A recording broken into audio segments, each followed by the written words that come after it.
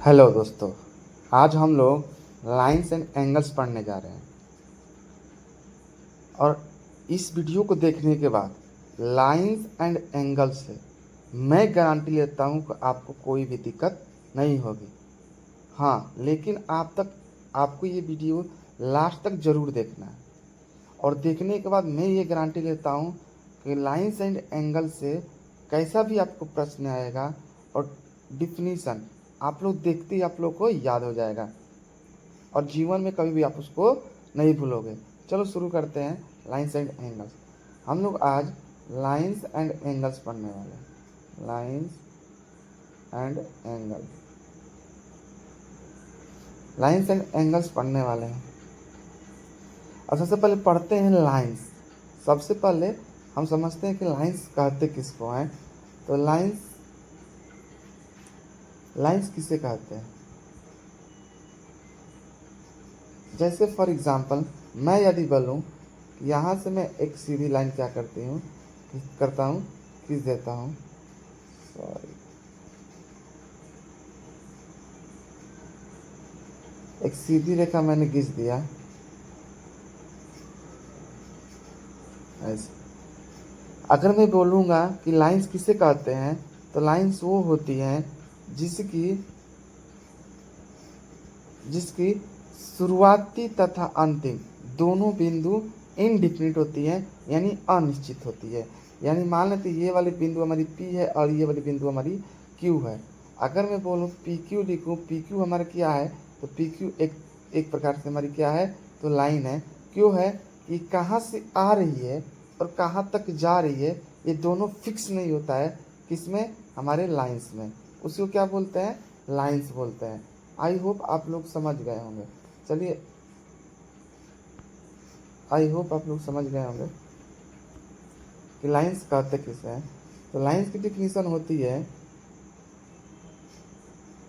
Lines whose initial and ending point is indefinite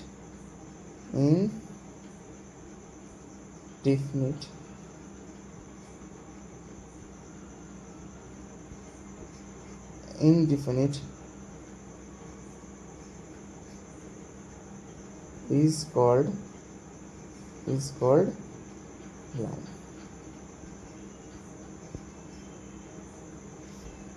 I hope समझ गए होंगे।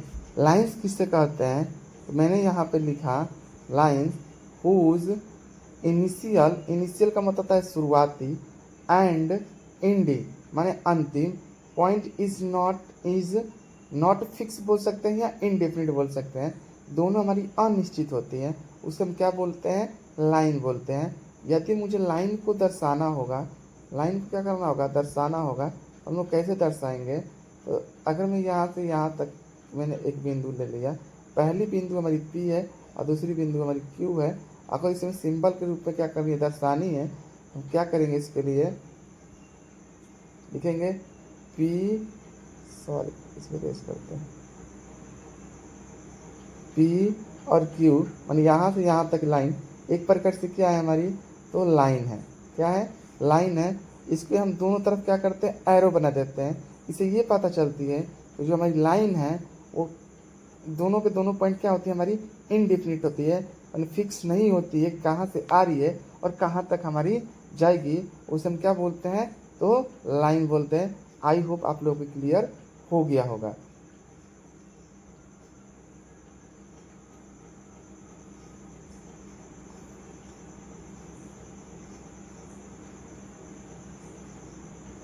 अब आई होप अब हम चलते हैं लाइन सेगमेंट में। अब लाइन सेगमेंट किसे कहते हैं तो लाइन सेगमेंट। अब लाइन सेगमेंट होती क्या है? तो लाइन सेगमेंट क्या होती है? देखिए इसी में से लिखा है हमारा line segment.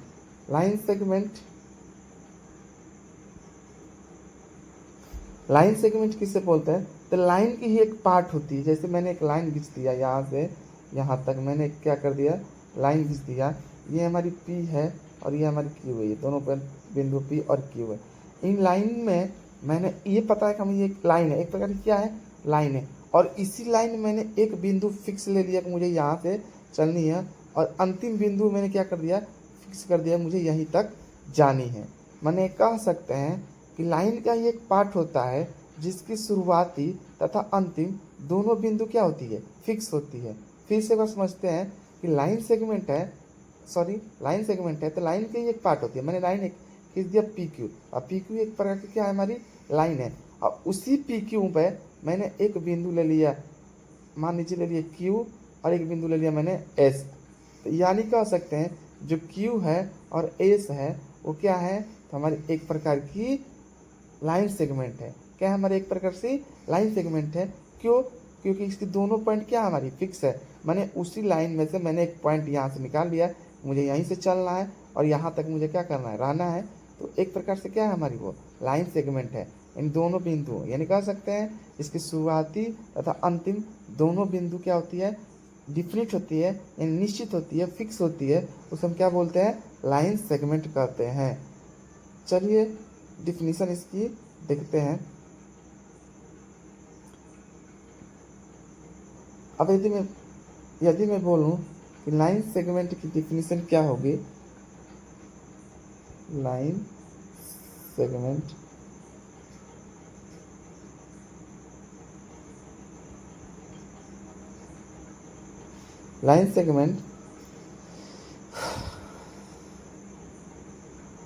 whose initial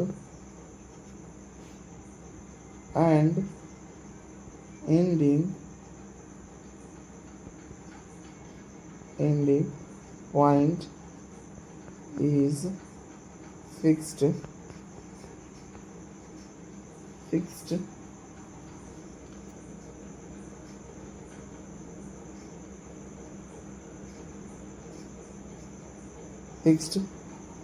is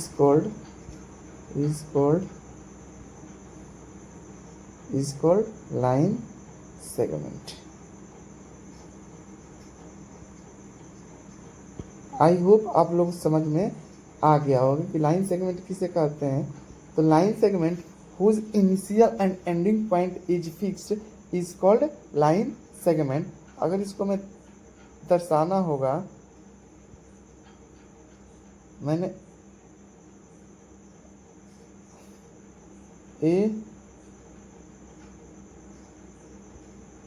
एक सीधी लाइन खींच दिया, और उस लाइन पर मैंने दो बिंदु बना दी। एक बिंदु का मैंने P लिख दिया और दूसरी बिंदु को मैंने R लिख दिया, यानी PR एक प्रकार से क्या है, हमारी तो लाइन है। और लाइन को दर्शाने के लिए दोनों तरफ एरो हम लोग नहीं बनाते हैं, सिंपल रख देते हैं, तो वही हमारी क्या होती है, हमारी लाइन हो गई। यानी लाइन की जो सिंबल होती है, सिंपल ऐसे लाइन खींच देते हैं, वो क्या होती है, हमारी लाइन सेगमेंट होती है। आई होप आप लोगों को क्लियर हो गया होगा। चलिए अब नेक्स्ट चलते हैं, रे की। अब रे किसे कहते हैं, रे को समझते हैं। अब रे किसे कहते हैं, तो रे वो होती है जिसकी शुरुआती बिंदु फिक्स होती है और लेकिन अंतिम बिंदु फिक्स नहीं होती है। फॉर एग्जाम्पल आप लोग सूर्य किरण देख रहे हो, सूर्य की किरण कहाँ से आ रही है तो पता है मुझे कि सन से निकल रही है, लेकिन कहाँ तक वो फैल रही है ये मुझे नहीं पता होता है। उसे हम क्या बोलते हैं, रे, मतलब उसकी किरण क्या बोलते हैं हम लोग, रे बोलते हैं, किरण बोलते हैं। यानी रे किसे कहते हैं, तो लिख सकते हैं whose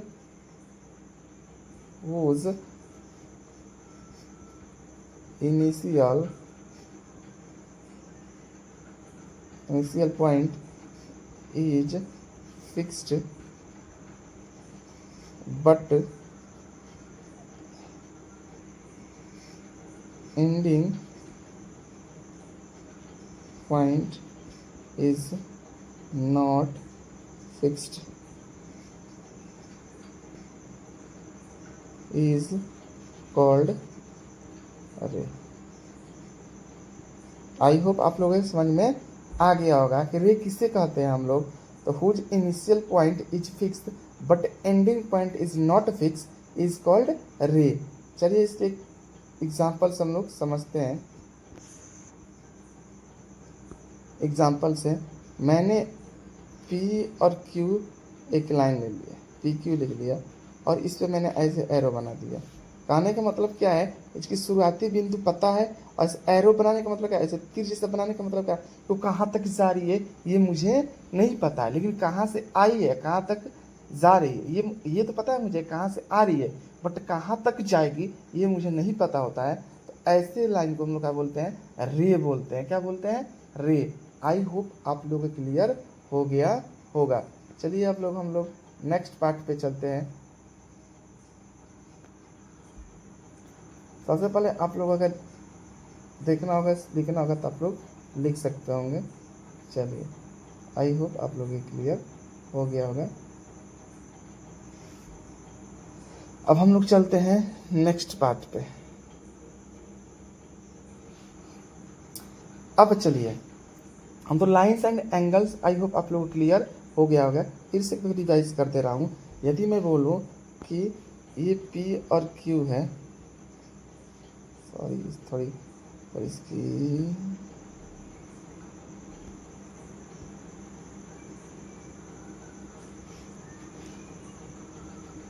अगर देखते हैं ये P और Q है और इस पे मैंने ऐसे रख दिया और दोनों तरफ एरो बना दिया, तो ये क्या है हमारी, तो हमारी ये लाइन है। अगर मैं बोलूँ P और Q रख दिया और ऐसे बना दिया और मैंने P और Q रख दिया और ऐसे बना दिया, और तीनों में अंतर होती है। अब देखिए क्या अंतर होती है, अगर हम समझते हैं कि जो PQ है, PQ दोनों की तरफ मैंने एरो बनाया है। इससे कहने का मतलब ये है कि कहाँ से आ रही है और कहाँ तक जा रही है दोनों नहीं पता है। तो यानी शुरुआती तथा अंतिम दोनों बिंदु हमें फिक्स नहीं होती है। ऐसे को क्या बोलते हैं हम लोग, तो हम लोग लाइन बोलते हैं। क्या बोलते हैं, लाइन। यानी ये PQ हमारा क्या है, तो हमारी ये लाइन है। अगर ये PQ है, दोनों बिंदु ऐसे मुझे पता है कि कहाँ से आ रही है और कहाँ तक जाएगी, ये दोनों मुझे पता है। जैसे फॉर एग्जांपल आप लोग घर से निकल रहे हो और आपने स्कूल पे जा रहे हो, तो दोनों पता है कि हम घर से निकल रहे हैं और कहाँ जा रहे हैं, स्कूल जा रहे हैं। तो उस समय जो बीच की दूरी होगी उसको क्या बोलेंगे, तो हम लाइन सेगमेंट बने, जो हमारी जो बनेगी वो क्या बनती है, हमारी लाइन सेगमेंट बनती है कि दोनों पता है कि हम घर से निकल रहे हैं और स्कूल हम जा रहे हैं। यहाँ पे वो क्या बन रही है, हमारी लाइन सेगमेंट बन रही है। तो आई होप ये समझ में होगा, ये इसको हम लोग लाइन सेगमेंट बोल देंगे। अब चलते हैं ये PQ कहने का मतलब ये है कि एक तरफ मैंने एरो बनाया है, एक तरफ एरो बनाना है। यानी कहने का अर्थ यह हो गया, इसकी इनिशियल पॉइंट पता है कि शुरू की बिंदु कहाँ से आ रही है और कहाँ तक जाएगी ये नहीं हमें पता है, इसलिए एक तरफ मैंने एरो बना दिया। तो इस कंडीशन में हमारी क्या हो जाएगी, तो रे हो जाएगी। क्या हो जाएगी, हमारी रे। आई होप आप लोग के क्लियर हो गया होगा। चलिए अब हम लोग लाइंस के बाद एंगल्स के बारे में पढ़ते हैं। आई होप आप लोग लाइन से कोई दिक्कत नहीं होगी। क्लियर, चलते हैं हम लोग नेक्स्ट पार्ट पे। अब हम लोग पढ़ेंगे एंगल्स। हम लोग पढ़ेंगे अब एंगल्स। अब एंगल्स होती क्या है, सबसे पहले समझते हैं एंगल्स होती क्या है। जब दो लाइन, मैं क्या बोल रहा हूँ, जब दो लाइन एक दूसरे को इंटरसेक्ट करती हैं, जब दो लाइन एक दूसरे को किसी बिंदु पर क्या करती हैं, इंटरसेक्ट करती हैं, तो वहीं पे हमारा क्या बनता है, तो एंगल बनता है। क्या बनता है, एंगल बनता है। और एंगल कब कब बनता है, जब दो लाइन एक दूसरे को इंटरसेक्ट करती हैं, उस समय हमारा क्या बनता है, एंगल्स बनती हैं। क्लियर, एंगल्स किस वजह, व्हेन जब two line intersect each other then obtain angle, तो हमें क्या प्राप्त होगा, एंगल प्राप्त होगा। आई होप आप लोग ये समझ गए होंगे। चलिए समझते हैं अब एंगल्स के बारे में।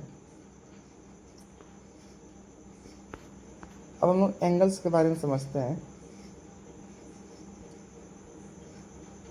अब हम लोग एंगल्स के बारे में समझते हैं। एंगल, तो सबसे पहले हमारा आता है एक्यूट एंगल। क्या आती है, एक्यूट एंगल। अब एक्यूट एंगल क्या होती है, एक्यूट एंगल, अगर एक्यूट एंगल की परिभाषा देखें, हुज हुज सॉरी हुज नहीं होगा, लिखेंगे सबसे पहले दैट एंगल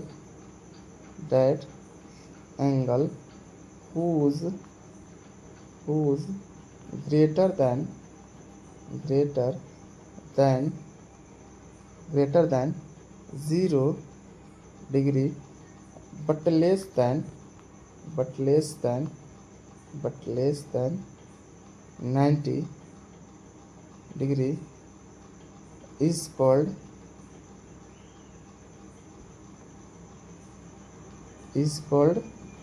acute एंगल। यानी कह सकते हैं कि एक्यूट एंगल किसे कहते हैं, that angle whose greater than 0 but less than 90 is called acute angle. माने 0 से बड़ा होता है और 90 से छोटा होता है, उसे हम क्या बोलते हैं, एक्यूट एंगल बोलते हैं। कोई भी एंगल हो, यदि मैं बोलूँ कोई भी एंगल हो, यदि वो 0 से बड़ा है और 90 से छोटा है तो हमारी क्या है, एक्यूट एंगल है। हम कह सकते हैं 1 से होगा 2 3 हमारी 89 तक होगा। कहाँ तक, 89 तक। इसके बीच में आएंगी तो हमारी क्या कहलाएंगी, एक्यूट एंगल कहलाएंगे। क्या कहलाएंगे, एक्यूट एंगल। यानी 1 2 3 से स्टार्ट होगी और कहाँ तक जाएगी, 89 तक। तो ऐसे एंगल को हम लोग बोलते हैं एक्यूट एंगल। आई होप आप लोग क्लियर हो गया होगा। जैसे फॉर एग्जांपल से समझते हैं हम लोग, और एक एग्जांपल से समझते हैं।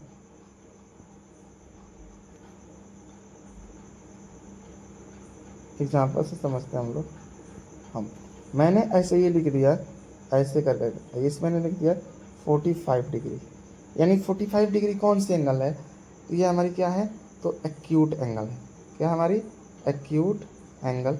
क्यों है, क्योंकि क्या है हमारी 0 से बड़ा है और 90 से छोटा है, इसलिए क्या हमारी एक्यूट एंगल कहलाएगी। आई होप आप लोग क्लियर हो गया होगा एक्यूट एंगल कहते किसे हैं। अब चलते हम लोग, एक्यूट के बाद आती है हमारी राइट एंगल ट्रायंगल। क्या आती है, right angle triangle, sorry right angle. अब राइट एंगल किसको बोलते हैं, that angle whose exactly 90 degree, sorry exact 90 degree, exact 90 degree is called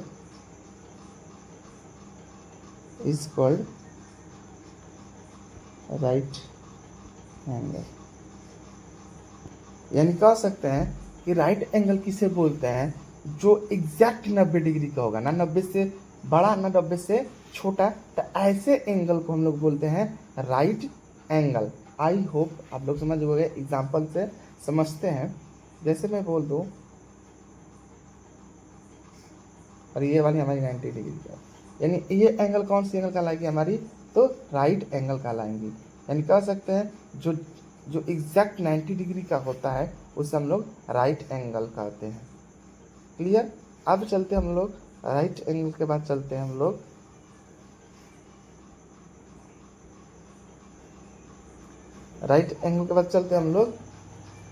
obtuse angle. अब ऑब्ट्यूज एंगल होती किसको बोलते हैं, ऑब्ट्यूज एंगल कैसे कहते हैं, तो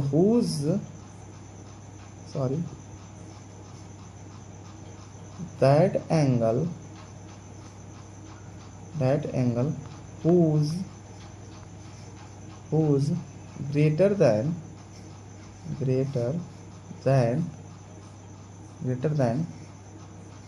90 degree but less than 180 is called obtuse angle।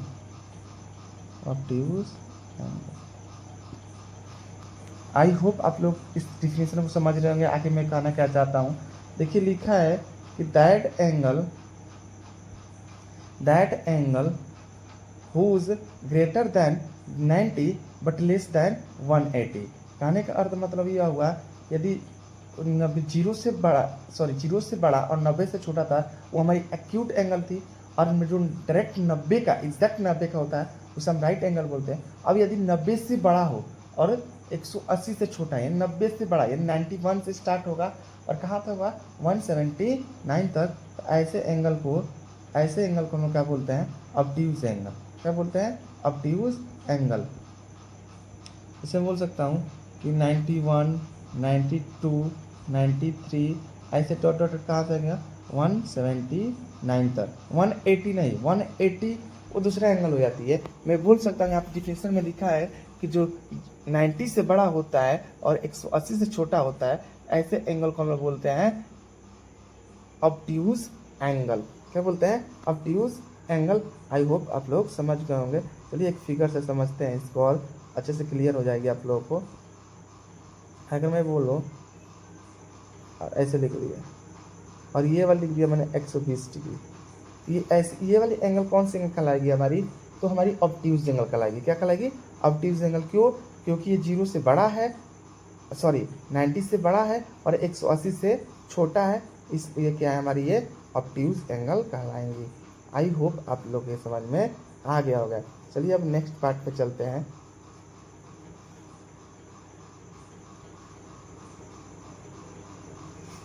हम लोग नेक्स्ट पार्ट पे चलते हैं। अब चलते हैं नेक्स्ट पार्ट। ऑब्ट्यूज के बाद हमारी होती है स्ट्रेट एंगल। Straight angle. अब ये स्ट्रेट एंगल क्या होती है, that angle whose exact 180 is called straight angle, is called straight angle। बोल सकते हैं स्ट्रेट एंगल किससे बोलते हैं, जो एग्जैक्ट 180 का होता है उसे हम बोलते हैं स्ट्रेट एंगल। स्ट्रेट एंगल वो जो 180 का होता है। ठीक, अब चलिए अब देखिए मैं बोलूँ, जैसे अगर इसका ले लो एग्जाम्पल, ऐसे लिखा और मैंने यहाँ पे लिख दिया ये बिंदु है हमारी, यानी ये वाली 180 के बराबर है, इसलिए कौन सी एंगल कहलाएगी हमारी, तो स्ट्रेट एंगल कहलाएगी। क्या कहलाएगी, स्ट्रेट एंगल। आई होप आप लोगों को क्लियर हो गया होगा। चलिए एक बार फिर से मैं रिवाइज करा दे रहा हूँ, आप लोगों को रिवाइज करा दे रहा हूँ। यदि मैं बोलूँ कि 0 से बड़ा है और 90 से छोटा है, वो एक्यूट हो गया, और एग्जैक्ट 90 का होगा तो राइट हो गया, और 90 से बड़ा 180 से छोटा होता है उसे हम ऑब्ट्यूज बोलते हैं, और जैसे 180 का होता है उसे हम लोग स्ट्रेट एंगल कहते हैं। आई होप आप लोग क्लियर हो गया होगा। चलिए अब लोग हम चलते हैं नेक्स्ट, समझते हैं। स्ट्रेट के बाद आती है हमारी reflex angle. Reflex angle, reflex angle, that angle whose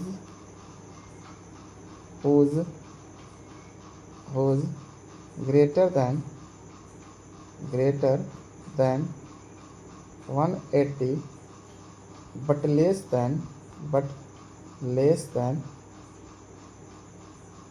than 360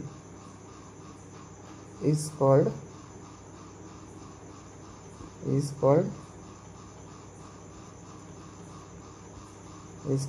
reflex angle। Reflex angle, I hope आप लोग समझ गए होंगे। रिफ्लेक्स एंगल किसे बोलते हैं, जो अब जो 180 का था तो हमारी स्ट्रेट एंगल थी, अगर 180 से बड़ा यानी 181 से लेकर और 359 तक रहेगा तो हम ऐसे एंगल क्या बोलते हैं, रिफ्लेक्स एंगल। क्या बोलते हैं, रिफ्लेक्स एंगल। आई होप आप लोग क्लियर हो गया होगा। चलिए एक एग्जांपल से समझते हैं। अगर मैं बोलूँ 181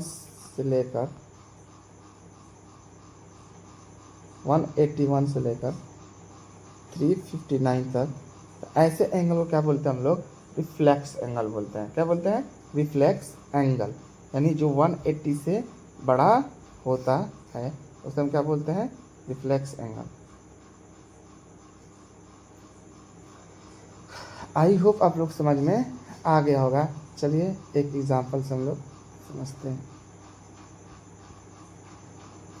एक समझते हैं। ऐसे लिख दिया, तो ये लिख दिया 270, 270 लिख दिया, यानी ये 180 से बड़ा है और 360 से छोटा है, तो इस एंगल को हम लोग क्या बोलेंगे, क्या बोलेंगे, रिफ्लेक्स एंगल। क्या बोलेंगे, रिफ्लेक्स एंगल। आई होप आप लोग ये समझ में आ गया होगा। चलिए अब नेक्स्ट पार्ट पे चलते हैं हम लोग।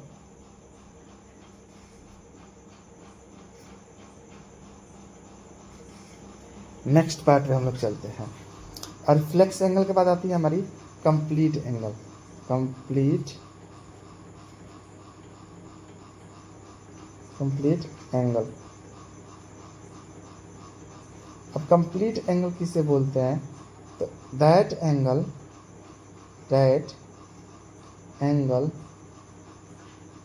whose exact 360 is called complete, is called complete angle. Exact यदि वो 360 सा हो जाएगा, उसे हम क्या बोलेंगे, उसे हम बोलेंगे कंप्लीट एंगल। क्या बोलेंगे, कंप्लीट एंगल। यदि 360 के बराबर हो जाता है तो ऐसे एंगल को हम लोग बोलते हैं, ऐसे एंगल को बोलते हैं हम लोग कंप्लीट एंगल। क्या बोलते हैं, कंप्लीट एंगल। आई होप आप लोग समझ में आ गया होगा। अब हम लोग चलते हैं कंप्लीमेंट्री एंगल। कंप्लीमेंट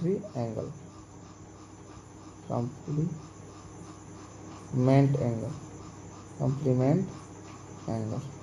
अब कंप्लीमेंट एंगल किसे बोलते हैं, इसमें क्या होती है, यदि दो एंगल को, यानी टू एंगल को ऐड करें, वो 90 के बराबर होती है, और यदि दो एंगल को मैं ऐड कर रहा हूँ वो 90 के बराबर हो रही है, उसे बोलते हैं हम लोग कंप्लीमेंट एंगल। क्या बोलते हैं, कंप्लीमेंट एंगल। देखिए समझते हैं, मैंने एक ले लिया ये 45, और दूसरा मैंने एक और ले लिया प्लस, एक और एंगल मैंने ले लिया, ये भी हमारी 45 है। यदि मैं दोनों के जोड़ रहा हूँ, कितने के बराबर हो रही है, 90 के। इसलिए मैं बोल सकता हूँ यदि दो एंगल को जोड़ने पर वो 90 के बराबर, ना 90 से कम ना 90 से ज़्यादा, तो ऐसे एंगल को बोलते हैं हम लोग कंप्लीमेंट एंगल। आइए इसकी डिफिनीशन समझते हैं। लिखेंगे हम लोग the sum of two angle is 90 is called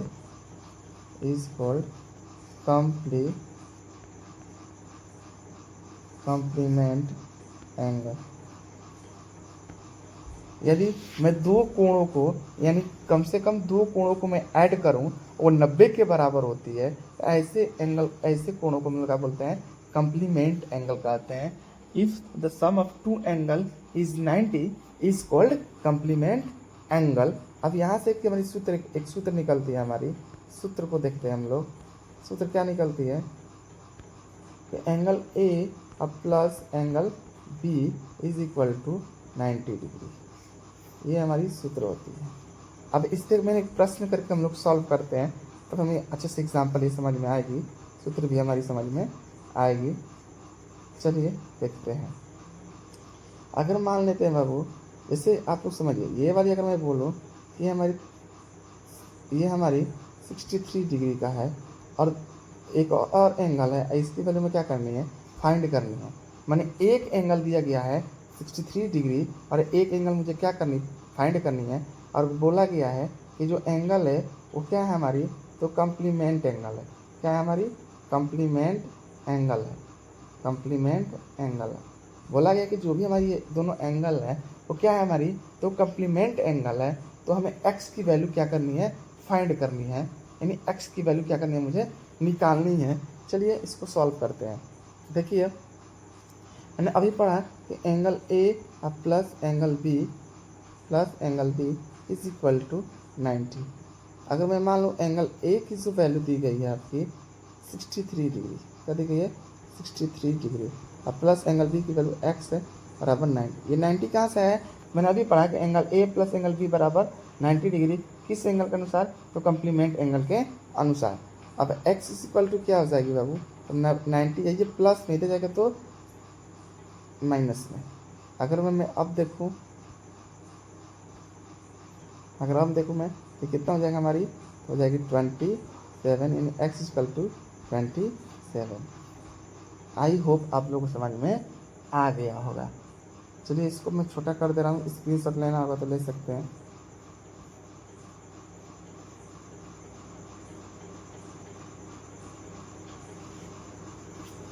चलिए अब हम लोग चलते हैं नेक्स्ट पेज पे। कम्प्लीमेंट एंगल तो समझ गए, अब पढ़ते हैं हम लोग सप्लीमेंट एंगल। क्या पढ़ते हैं, supplement angle. Supplement angle, supplement angle किसको बोलते हैं, सप्लीमेंट्री एंगल है सप्लीमेंट एंगल। सप्लीमेंट एंगल क्या होती है, if the sum of two angle is 180 is called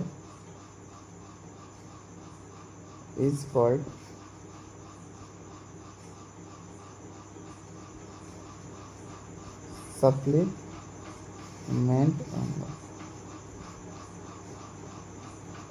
मैं कह सकता हूँ यदि दो कोणों का योग माने दो कोणों का अगर इसका ऐड करें तो 180 के बराबर हो जाती है, तो ऐसे एंगल ना 180 से ज़्यादा ना 1 से कम, तो ऐसे दो एंगल जो हम जोड़ रहे हैं वो 180 के बराबर आ जा रही है, यानी इस एंगल को हम लोग क्या बोलते हैं, तो हम लोग बोलते हैं सप्लीमेंट एंगल बोलते हैं। अगर मैं इसकी वो सूत्र की बात बोलूँ, सूत्र होती है angle A plus angle B is equal to 180। क्या होती है, 180। आई होप आप लोग समझ में आ गया होगा। चलिए एक क्वेश्चन को हम लोग सॉल्व करते हैं। मान लेते हैं ये एक एंगल दी गई है 75 डिग्री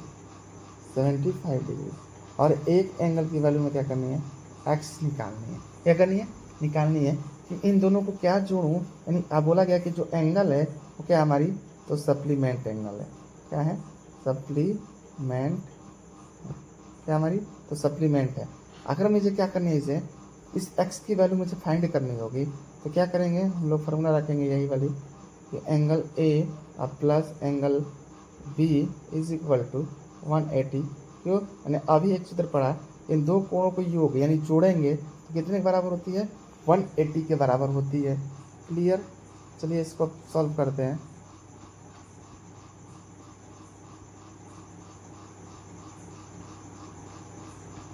देखिए अब ये दिया गया 75 डिग्री, तो मैं लिखूँगा यहाँ पे 75 डिग्री, एंगल बी की वैल्यू x है, तो ये 180 हो गया। अब ये 75 प्लस में है तो x इक्वल टू कितना हो जाएगा, 180 माइनस 75, यानी अब हो जाएगा x इक्वल टू, अगर मैं बोलूँ तो 105। यही हमारी एंगल होगी x की वैल्यू। आई होप आप लोग ये समझ में आ गया होगा। यदि वीडियो आप लोग को समझ में आया होगा, आप लोग समझ में आ गया होगा, हमारे चैनल को सब्सक्राइब करिए, लाइक करिए और शेयर करिए और कमेंट करना ना भूलिए। मैं आप लोगों को होमवर्क में 2 क्वेश्चन दे रहा हूँ, आप लोगों को सप्लीमेंट और कम्प्लीमेंट एंगल फाइंड करके हमें भेजनी है। इसमें क्या करनी है, मान लेते हैं ये 2 एंगल हैं और ये वाली हमारी है 35 डिग्री और इस वाले एंगल की मुझे फाइंड करनी है। ये दोनों क्या है हमारी, एक तो कम्प्लीमेंट एंगल है। क्या है, तो complement angle, complement angle x की वैल्यू क्या करनी है, मुझे फाइंड करनी है। अब दूसरी क्वेश्चन यदि मैं देखूँ, एक जो हमारी क्वेश्चन है ये हमारी 120 डिग्री और दूसरी एंगल में क्या करनी है, वाई फाइंड करनी है, और यह एक क्या है हमारी, तो सप्लीमेंट एंगल है, सप्लीमेंट। हमें क्या करनी है, y की वैल्यू को फाइंड करनी है, यानी जो y की वैल्यू क्या होगी यहाँ पे, वही मुझे क्या करनी है, फाइंड करनी है। आई होप आप लोगों को समझ में आ गया होगा। अगर वीडियो अच्छा लगा हो तो हमारे चैनल को सब्सक्राइब करें, लाइक करें, शेयर करें, दोस्तों में को शेयर करना ना भूलें और कमेंट करके इस आंसर का जवाब ज़रूर दीजिएगा यदि आप लोग वीडियो समझ में आया होगा तो। चलिए आज के लिए जय हिंद जय भारत।